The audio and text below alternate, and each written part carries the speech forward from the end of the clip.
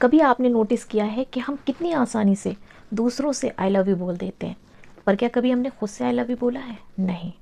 या कभी हमने मिरर के सामने खड़े होके कभी खुद को बोला हो कि भाई यू आर डूइंग ग्रेट या I am proud of you? कभी ऐसा बोला है? कभी नहीं बोला। तो आज का टॉपिक है गाइस सेल्फ लव का। सेल्फ लव सुनने में जितना आसान है उतना ही मुश्किल है इसको फॉलो कर पाना।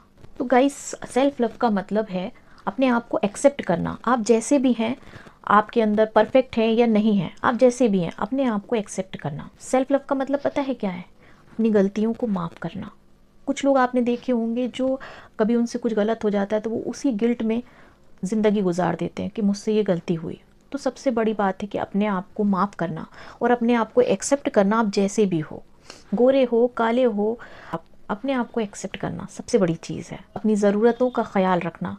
होता क्या है कि हम दूसरों का ख्याल रखते रखते इतने बिजी हो जाते हैं कि हम खुद का ख्याल रखना बिल्कुल बंद कर देते हैं, भूल जाते हैं अपनी लिमिट्स को समझना।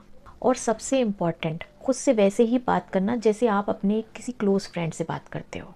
एक छोटे से एग्जाम्पल से बताती हूँ। सोचो आपके घर में, सभी के घर में कोई प्लांट ज़रूर होगा। अगर आप उस प्लांट को पानी ना दो, सनलाइट में नहीं रखो और उसकी केयर नहीं करो तो क्या होगा? धीरे धीरे वो एक दिन मुरझा जाएगा। उसी तरीके से सेम आपकी सोल भी है।